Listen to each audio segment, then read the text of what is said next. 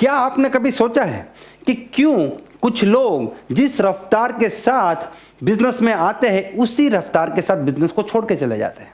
वो जब बिजनेस में आते हैं तो बड़े मोटिवेटेड होते हैं, एक्साइटेड होते हैं, जोश से भरे हुए होते हैं, अपने जिंदगी भर का सपना पूरा करने के लिए आते हैं, लेकिन उसके बाद भी उनका जोश ठंडा पड़ जाता है, एक्साइटमेंट खत्म हो जाता है और धीरे धीरे बिजनेस से गायब हो जाते हैं। और ये जो बात है ये आपकी टीम बिल्डिंग प्रोसेस के लिए सबसे ज्यादा घातक है। इसलिए आपको सीखना पड़ेगा कि ऐसा क्यों होता है और इसका सॉल्यूशन क्या है। जी हाँ दोस्तों, जितना सीरियस आप लोगों को जोड़ने में है, आपको उससे 4 गुना सीरियस लोगों को अपने बिजनेस में टिकाए रखने के लिए और लोगों को एक आम व्यक्ति से एक लीडर बनाने में देना चाहिए, तभी आप एक बहुत बड़े नेटवर्कर बन सकते हैं। And this topic is very very crucial, very very important. तो मैं आज आपको इस टॉपिक के ऊपर डिटेल में वीडियो देना चाहता हूं कि ऐसा क्यों होता है और इसका सॉल्यूशन क्या है।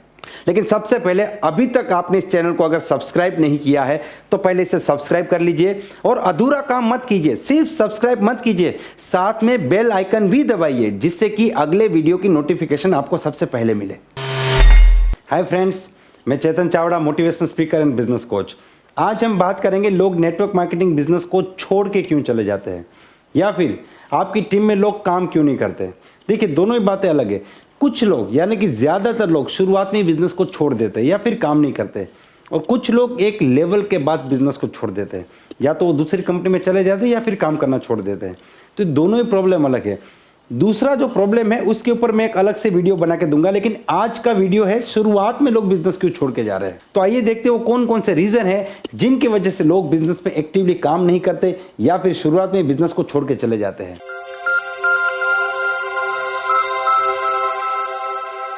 सबसे पहला रीजन है झूठ बोल के ज्वाइन करना या फिर ओवर कमिटमेंट से ज्वाइन कराना।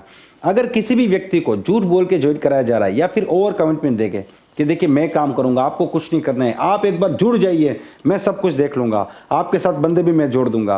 तो जब इस प्रकार की बातचीत से, ओवर कमिटमेंट से किसी को ज्वाइन कराते हैं तो वो व्यक्ति जुड़ने के बाद कभी काम नहीं करता। वो पहले दिन बिंदास हो जाता है, ठीक है मुझे कुछ करने की जरूरत नहीं, जो करना ये बंदा करेगा, और उसके बाद वो आपका सुपरवाइजर बन जाता है।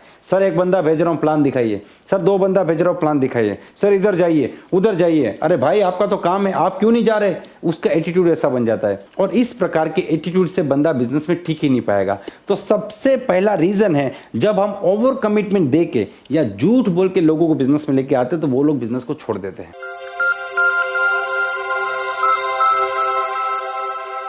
दूसरा रीजन है सिर्फ प्रोडक्ट को हाईलाइट करके प्लान दिखाना। देखिए, जब आप प्रोडक्ट को हाईलाइट करके प्लान दिखाते हैं आपको यूजर मिलते हैं और यूजर कभी भी बिजनेस में इंटरेस्टेड नहीं होते। यहां पे मैं आपको एक सवाल पूछना चाहूंगा। मान लीजिए आपने 100 लोगों को बिजनेस अपॉर्चुनिटी हाईलाइट करके प्लान दिखाया और 40 लोगों ने आपके बिजनेस को ज्वाइन किया। अब आपने 100 लोगों को प्रोडक्ट दिखा के बिजनेस में ज्वाइन कराया और 40 लोग आपके साथ बिजनेस में जुड़े। तो व्हाट इज द डिफरेंस? आप 100 लोगों को बिजनेस दिखा के प्लान दिखाते हैं तब भी 40 लोग जुड़ते हैं, और 100 लोगों को प्रोडक्ट दिखा के प्लान दिखाते हैं तब भी 40 लोग जुड़ते हैं। तो फर्क क्या है? फर्क है लोगों का।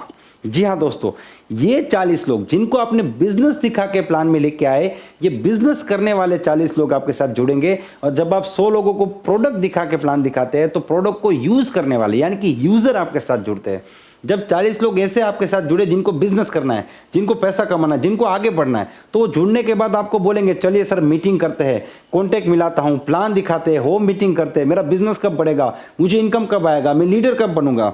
तो ये 40 लोग उस टाइप के जिनको बिजनेस करना है, और ये 40 लोग जुड़ने के बाद आपको बोलेंगे सर ये प्रोडक्ट कब आएगा, वो प्रोडक्ट कब आएगा, प्रोडक्ट मुझे कब मिलेगा, प्रोडक्ट का क्वालिटी क्या है, प्रोडक्ट सस्ता है, प्रोडक्ट महंगा है, ये प्रोडक्ट के बारे में ही बात करेंगे।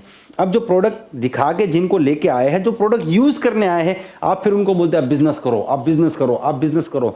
तो वो बोलते हैं नहीं भाई, हम तो प्रोडक्ट यूज करने हैं, हम प्रोडक्ट यूज कर रहे हैं। तो जब आप सिर्फ प्रोडक्ट दिखा के लोगों को ज्वाइन कराते हैं तो लोग बिजनेस में आते हैं, जुड़ते हैं, उनमें से कुछ लोग कन्वर्ट भी होते हैं, ऐसा नहीं है कि बिल्कुल नहीं होंगे, लेकिन रेशियो बहुत कम होगा। फिर धीरे धीरे ये लोग जो है वो बिजनेस से चले जाते हैं। क्यों? क्योंकि दुनिया में कोई भी व्यक्ति जिंदगी भर एक ही प्रोडक्ट इस्तेमाल नहीं कर सकता। हाँ, लेकिन अगर उसको बिजनेस करना है, अगर वो बिजनेस में इंटरेस्टेड है और उसको पता है यहां से इस कंपनी के प्रोडक्ट इस्तेमाल करने से वो कामयाब हो सकता है, करोड़पति बन सकता है, आगे बढ़ सकता है, तो फिर वो जिंदगी पर इस कंपनी के प्रोडक्ट यूज करेगा और लोगों को भी कराएगा। तो अगर आप किसी को परमानेंट यूजर बनाना चाहते हैं तब भी आप उनको बिजनेस अपॉर्चुनिटी दिखाकर ही बिजनेस में लेके आए। तो ये दूसरा रीजन है जिनकी वजह से लोग बिजनेस से गायब हो जाते हैं। देखिए, एक बहुत ही इंपॉर्टेंट बात आपसे बताना चाहता हूं, प्लान दिखाते वक्त आप कौन से शब्दों का इस्तेमाल करते हैं ये डिसाइड करता है कि वो व्यक्ति बिजनेस में कितना टिकेगा।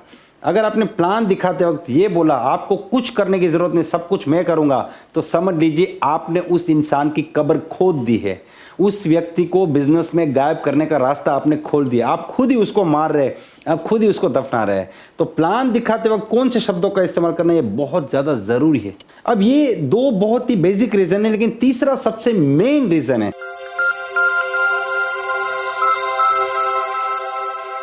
जो लोग कुछ समय काम करने के बाद बिजनेस को छोड़ देते हैं, उसके ऊपर हमें बात करने की जरूरत है जो बहुत ज्यादा महत्वपूर्ण है। देखिए, इस रीजन को समझने के लिए पहले आपको एक एग्जांपल समझने की जरूरत है। मान लीजिए कि आप एक क्रिकेट मैच देख रहे हैं और ये मैच है इंडिया और पाकिस्तान के बीच का, ठीक है, और ये किसी ट्रॉफी का फाइनल मैच है, मतलब बहुत ही इंपॉर्टेंट मैच है और आखिरी 6 गेंदें हैं और भारत को जीतने के लिए 6 गेंदों में 6 रन की जरूरत है और 9 विकेट्स डाउन। मींस अगली गेंद पे अगर विकेट गई तो पाकिस्तान पूरा का पूरा ट्रॉफी जीत जाएगा और अगर 6 लग गई तो इंडिया जीत जाएगा। कुछ भी हो सकता है। तो आपकी सिचुएशन क्या होगी? आप मैच को कैसे देखेंगे? आपकी दिलों की धड़कन तेज हो चुकी होगी, आपका ब्लड प्रेशर हाई हो चुका होगा। क्या होगा, क्या होगा, इंडिया जीतेगा, पाकिस्तान जीतेगा, क्या होगा? एकदम आपका दिमाग एकदम शार्प हो चुका होगा। आपकी मानसिक स्थिति क्या होगी सोचिए। और उतने में आपने देखा पाकिस्तान का बॉलर एकदम तेज रफ्तार से आके पहली गेंद डालता है और पहली गेंद हवा में, आपको लगा कि कप हाथ से गया, ट्रॉफी हाथ से गई, लेकिन कैच छूट गया और 2 रन मिल गए। अब 5 गेंदों में 4 रन करने हैं, दूसरी गेंद डॉट बॉल, अब 4 गेंदों में 4 रन। थर्ड बॉल पे एलबीडब्ल्यू की अपील हो गई और पाकिस्तान के सारे खिलाड़ी इकट्ठा होकर सेलिब्रेट करने लगे। उनको लोग आउट है, लेकिन अंपायर ने बोला आउट नहीं है, नॉट आउट है। तो आप सोचिए आपकी दिलों की धड़कन वहां पे रुक गई होगी। अब 3 गेंदों में 4 रन करने। चौथी बॉल पे जो खिलाड़ी था उसने 6 मार दिया और इंडिया जीत गया। तो अब आप कितने खुश हो गए। अब सोचिए यही मैच आप रात को 10 बजे फिर से इसका हाईलाइट देख रहे हैं। अब वही मोमेंट फिर से आया, 6 गेंदों में 6 रन, 9 विकेट्स डाउन। लेकिन क्या अब आपका ब्लड प्रेशर हाई हुआ? क्या अब आपकी दिलों की धड़कन तेज हुई? नहीं हुई। आपने देखा गेंद हवा में गई, लेकिन आपको पता ये कैच ड्रॉप होने वाला, आपको कोई फर्क नहीं पड़ेगा, आपके चेहरे पे स्माइल होगी। आपने देखा एलबीडब्ल्यू की अपील हुई, लेकिन आपको कोई फर्क नहीं पड़ेगा, आप एकदम शांत है, आप आराम से बैठे हैं, क्योंकि आपको पता है कि ये एलबीडब्ल्यू नॉट आउट है और आपको ये भी पता है अगली गेंद पे इंडिया जीतने वाला है। ये सब कुछ मतलब जो मेंटल पोजीशन पहले थी और अभी की है। पहले की सिचुएशन में क्या था? टेंशन, क्यूरियोसिटी, बीपी हाई, क्या होगा, इंडिया जीतेगा, पाकिस्तान जीतेगा, एकदम ब्लड प्रेशर हाई, दिलों की धड़कनें तेज। और अभी एकदम शांत। क्यों? फर्क क्या है? यहां पे आपको पता नहीं था क्या होने वाला है और यहां पे आपको पता था क्या होने वाला है। यहां पे ये पूरी गेम है, इसको आपको समझने की जरूरत है। जब भी कोई नया व्यक्ति मार्केट में जाता है, फील्ड में जाता है, उसको ये नहीं पता कि मुझे लोग ना भी बोलेंगे, उसको ये नहीं पता कि लोग नेटवर्क मार्केटिंग से नेगेटिव भी है, उसे ये नहीं पता कि लोग मुझे डराएंगे, धमकाएंगे, भड़काएंगे, उसे कुछ भी नहीं पता। वो एकदम भोला भाला आदमी है, उसको लगता है इससे बात करूंगा ये जुड़ जाएगा, उससे बात करूंगा वो जुड़ जाएगा, इससे बात करूंगा ये जुड़ जाएगा। और होता क्या है कि जब वो पहले 5 या 6 लोगों से बात करता है तो वो 5 या 6 लोग उसे इतना भड़का देते हैं, इतना डरा देते हैं कि ये व्यक्ति अपना सपना भूल जाता है, बिजनेस भूल जाता है, सब कुछ भूल जाता है और चुपचाप बैठ जाता है। उसको लगता है इस बिजनेस में कभी कामयाबी नहीं मिलेगी। तो ये सबसे बड़ा रीजन है। तो इसका सॉल्यूशन क्या है? इसका सॉल्यूशन है कि जब आपका डाउनलाइन जो नया नया बंदा होता है वो फील्ड में जाए तो उसके साथ एक अपलाइन हो, यानी कि वो अकेला काम ना करे। वो अपने लिस्ट पे पहले 20 लोगों को जब कॉलिंग करे तो वो कॉलिंग उसके अपलाइन के साथ बैठ के हो और उससे पहले उसकी एक प्रैक्टिस हो। ये बहुत इंपॉर्टेंट है। लिस्ट बन जाता है, बंदा अकेले फील्ड में चला जाता है, मार्केट में चला जाता है, लोग उसका शिकार कर लेते हैं, बंदा बिजनेस से गायब। 70% लोग इसीलिए बिजनेस को छोड़ देते हैं। 70% लोग, एक सर्वे कहता है कि 80% लोग 90 डेज के अंदर बिजनेस को छोड़ देते हैं, क्योंकि वो लोग इस बिजनेस के कल्चर को ही नहीं समझ पाते हैं। इस बिजनेस में 3 अलग अलग फेजेस में से गुजरना पड़ता है, उसको ही नहीं समझ पाते। मैं ट्राई करूंगा इसके ऊपर भी एक वीडियो बनाऊंगा कि नेटवर्क मार्केटिंग बिजनेस के कौन कौन से फेज है जिससे गुजर के 5 साल में हम एक बहुत बड़ी सफलता हासिल कर सकते हैं। लेकिन नए बंदे को ये कुछ नहीं पता। ये बिल्कुल ऐसा है जैसे कि मान लीजिए एक व्यक्ति मोटिवेटेड हो गया स्विमिंग सीखने के लिए, ठीक है, और आपने उसे बहुत मोटिवेट किया कि तू तैर सकता है, तू जा, तैर, पानी में कूद जा, और वो आदमी अकेला गंगा में जाके कूद गया। अब वो वापस नहीं आएगा क्योंकि उसे तैरना नहीं आता। लेकिन उसके साथ अगर एक सीखा सिखाया बंदा जिसे स्विमिंग आता है वो अगर उसके साथ पानी में कूदता तो ये उसे डूबने नहीं देता और उसको धीरे धीरे धीरे धीरे तैरना सिखा देता।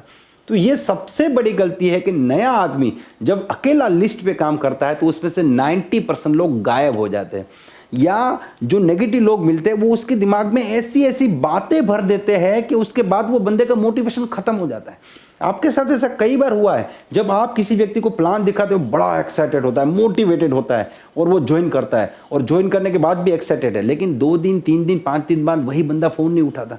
जब बंदा फ़ोन करके बोलता है नहीं मैं अभी बिजी हूँ, मुझे जॉब पे जाना है, मैं थक चुका हूँ, थोड़े दिन बात करेंगे, अभी नहीं करना। और कई बार तो फ़ोन पे बोल देते हैं आज के बाद फ़ोन मत करना, मुझे नहीं करना, मेरी प्रोडक्ट आती है तब भी ठीक है, नहीं आती तब भी, लेकिन मुझे फ़ोन मत करना, क्योंकि यहाँ पे कोबरा डस गया है, जहर उसको चढ़ा दिया है। तो आपको जहर निकालना पड़ेगा और उसको वापस में बिजनेस में लाना पड़ेगा, लेकिन वो मुश्किल है, हर आदमी नहीं कर पाता। इसीलिए आप अपनी टीम में एक सिस्टम बनाइए। उसको पहले से अगर पता होगा, देखिए मान लीजिए कि अगर उसको पहले से बताया गया, एक एग्जांपल के जरिए मैं आपको समझाता हूं। एक बंदे का 100 लोगों का लिस्ट है, उसको पहले बताओ कि ये 100 लोगों का लिस्ट है, इसमें से 30 लोग पॉजिटिव है, 30 लोग नेगेटिव है, 30 लोग न्यूट्रल है।